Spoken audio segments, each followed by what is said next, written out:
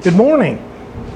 If you want to see how we built this 8-foot long, 4 feet tall deck bar, stay tuned because that's what we're going to do today.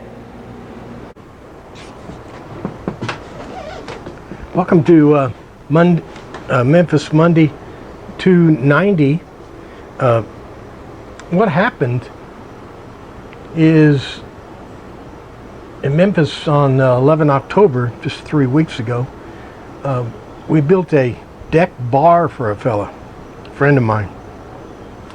And he got it and he liked it so much, he asked me if I could make him another one, only bigger and with a bottom shelf. And I was, of course, flattered and said, well, sure, I will. So it's kind of a continuation here from 287. We're going to build another deck bar and we're going to put a bottom shelf, only this is a very large one. The other one we did was 5 feet long. This one's going to be 8 feet long and it's going to have a bottom shelf. So let's have a drink of coffee, get excited, and get to work. This is a drawing of the deck bar we built in Memphis Monday 287. It was 60 inches long, 2 feet wide, with these splayed legs. And what we're going to do in today's version, here's another drawing that shows a couple of changes we're going to make. We're going to add this curved skirt piece here, this curved frame piece that'll be flush with the legs. The legs will be splayed. The whole thing is about 45 inches tall, and we're going to add this shelf down here. Pretty big project, so I already kind of got started here. I got my stock for the table. I already glued up the table top. You can see it's 8 feet long. These are the legs in that front skirt, and I've drawn these lines here where I want to cut. So we'll take each one of these pieces one at a time and and cut them out. I want this skirt piece here, this curve of the skirt piece, to come up and meet exactly where this taper starts on the legs. So I think I'm going to cut the legs out first. Before we go on, I just want to make it clear, this skirt piece is not going to be the frame. It'll be part of the frame, but the real frame will be on the inside, just like we did on the other table. But I'm going to custom fit that after I get these pieces stuck together. What I'm doing is making these individual parts one at a time instead of a assembly line. That kind of breaks up the monotony. If you do an assembly line, you're doing the same thing over and over. So I'm just making each part individually. Let's work on this side curtain right here. And one of the advantages of doing it this way is I can keep the thing assembled, because I can take the individual parts apart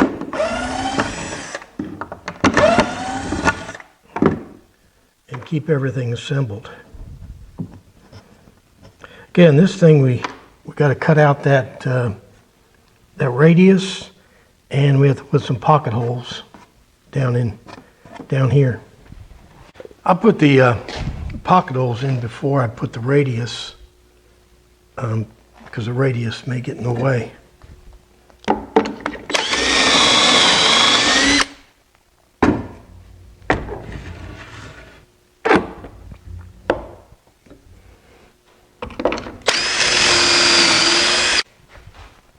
cutting my radius using my corded jigsaw. It has a little bit more power, I think, and the battery won't wear out.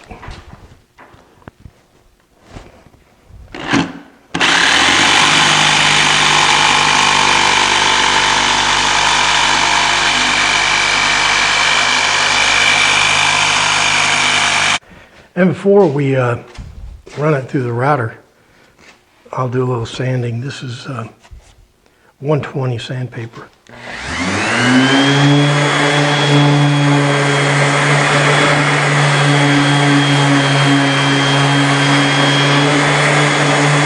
The next step is to round over these edges, both on the front and the back.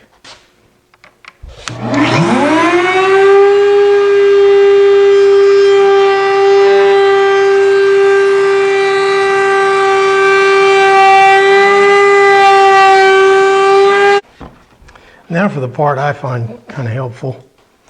I'm going to go ahead and staining these parts before I put them in. The staining job then looks a lot better, and theoretically, once I install this,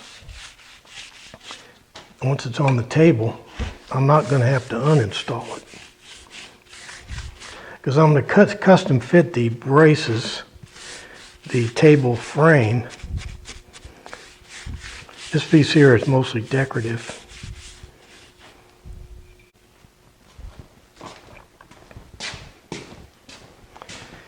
Now all I can do is connect it back together, but I won't connect it at the other side down at the other end, because the next part I'll work on will be a leg. Now in theory, these will go back, these pocket screws will go right back in the same holes.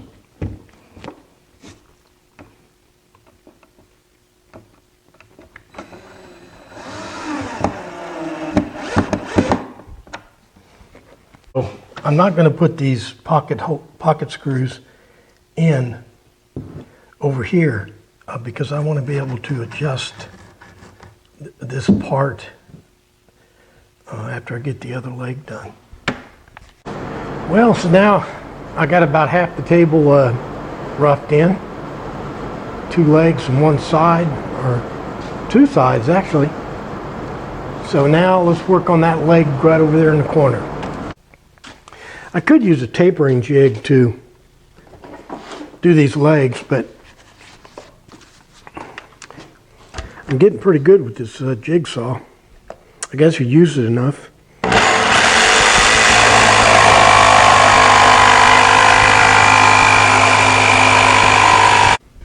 This thing cuts so fast I have to use an air nozzle to clean out the sawdust.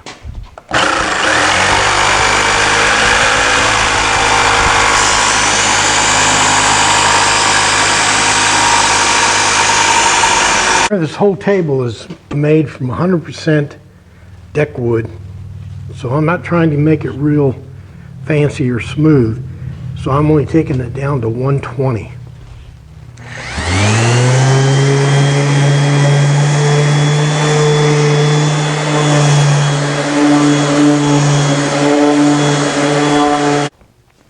Now I don't know what the downside of these legs are. All I know is they're pretty strong and they're real easy to make, but almost feel like you're cheating.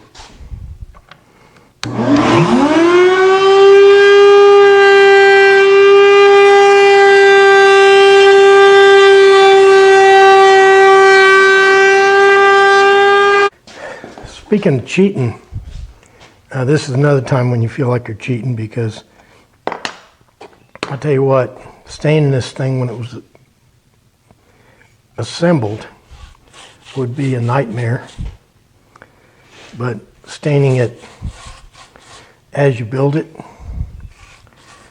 especially on projects like this, I'm not using any glue. This is an outside project, so I'm not putting it together with glue. So I can stain the individual parts and save myself a lot of tedious work.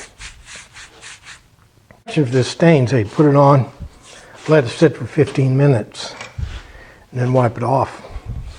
But I don't want it to be that dark.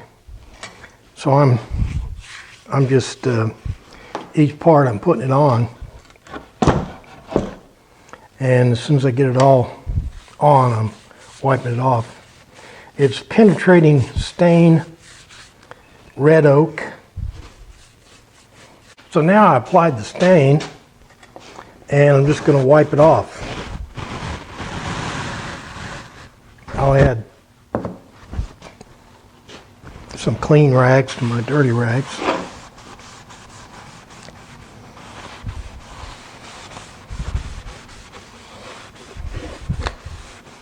So now the scheme works. Be able to take this leg and just put it up here and drive these pocket screws right back into the same holes.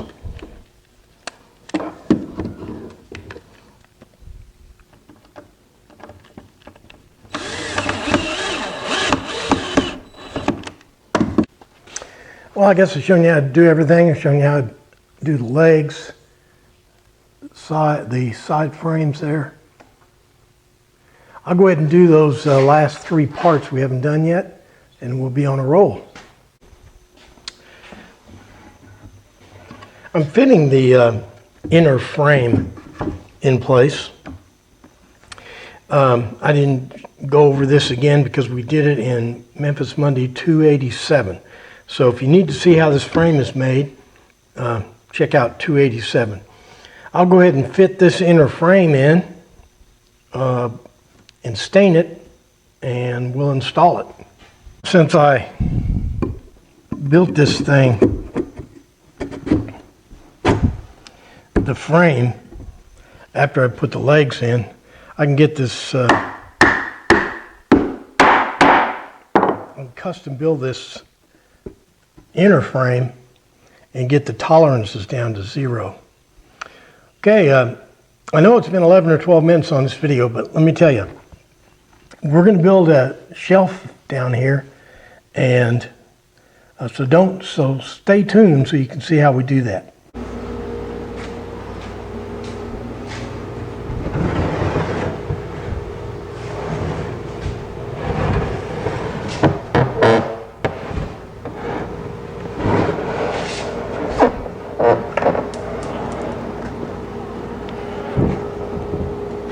Piece of cake. Okay, here's our table so far, and it looks great. Now we're going to put a shelf down here.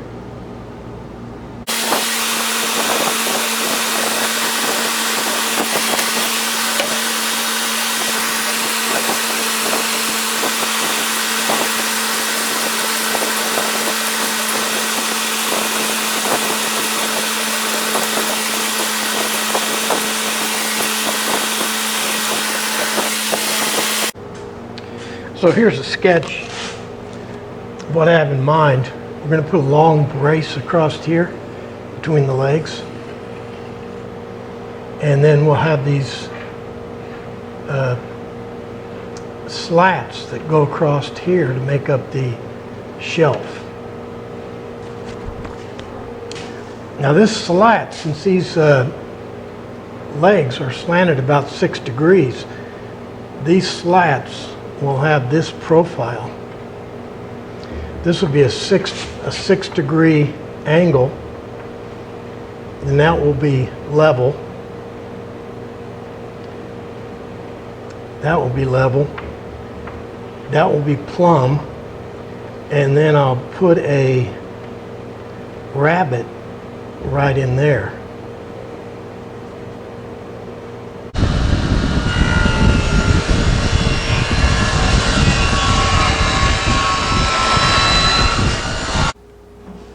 Well, I got these long braces in place. These are the end braces here. I haven't cut them to length yet. What I need to do now is put a rabbet on the inside of this thing on top, 1 inch deep and 3/4 of an inch wide.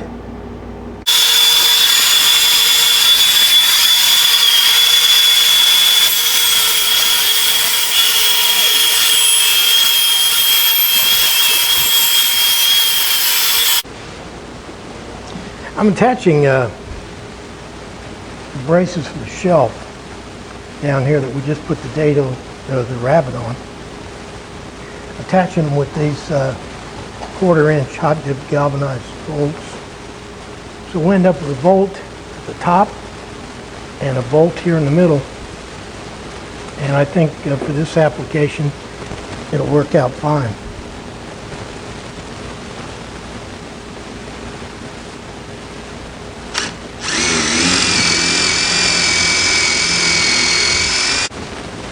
Here I am running that bolt in.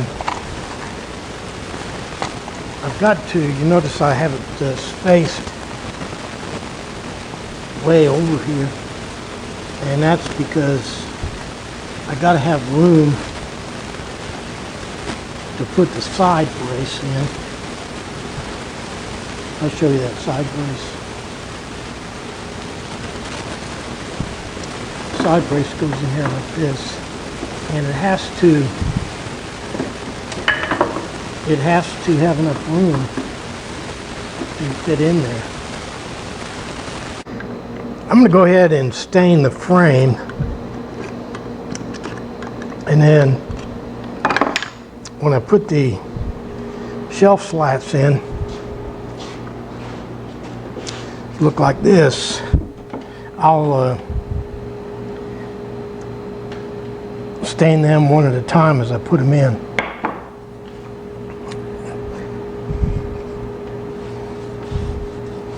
I probably should have stained this before I installed it, but it was such a pain in the butt.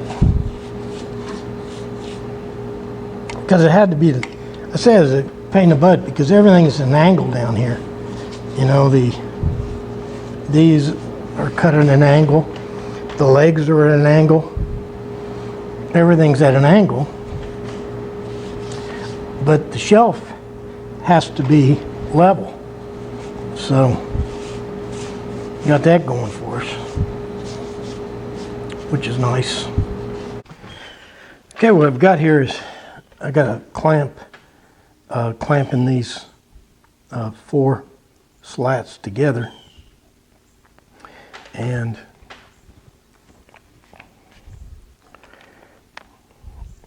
remember that when you do this kind of stuff, if the spacing's not exact,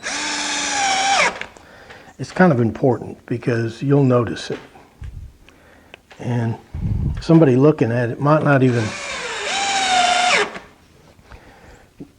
even know why it's unsettling, but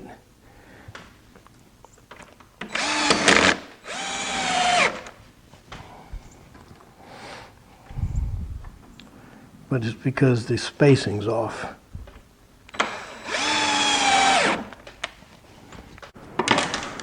I got the slats all in, and right now I'm installing this decorative trim that mirrors the top trim. Let me show you the issues involved. This trim is just like that trim we put up on top there. It's at a 6-degree angle, which means that this top edge here has to be trimmed to 6 degrees so that it's flush here, or that it's level here. And then we have this additional angle of 6 degrees. No, this is actually more. This is about 12 degrees here in this corner. And we want good solid, or good tight joints here in the corner. I've already got this other piece built. Let's go take a look at it. Here's the decorative trim. This top edge right here is at a 6-degree angle. This is about, I don't know, 10-degree angle. I just copied the angle of the leg. I didn't measure it. And then this is rounded over. Let's go install this piece. How I'm holding this trim on is with screws, and then I'll backfill the screw holes with just regular wood putty.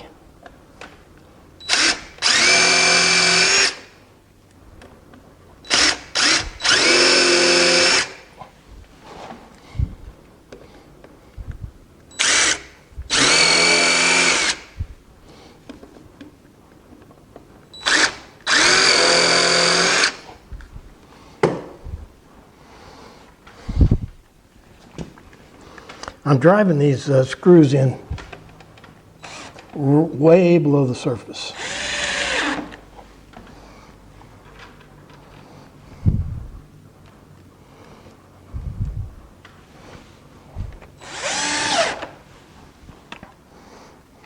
Now, I was going to use dowels to hold this thing together, but I wanted to be able to pull it up tight. It's hard to do that with the dowels. Well, here's our large deck bar. I don't think you ever saw the top. It's just made out of scrap deck wood, kind of laminated together. It's 8 feet long, pushing 4 feet tall. It's 3 feet 7 inches tall. It's got that nice bottom shelf.